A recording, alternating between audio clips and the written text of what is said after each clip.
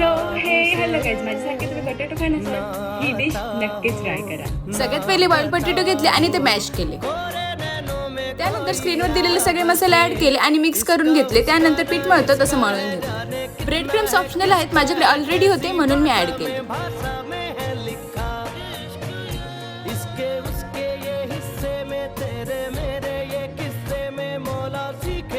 त्यानंतर हाताला थोडं तेल लावून दाखवले असं चीज टाकलं आणि त्याचे बॉल्स रेडी करून घेतले. बॉल्स रेडी झाल्या गरम तेलामध्ये हाय टू लो फ्लेमवर डीप फ्राय करून घ्यायचे.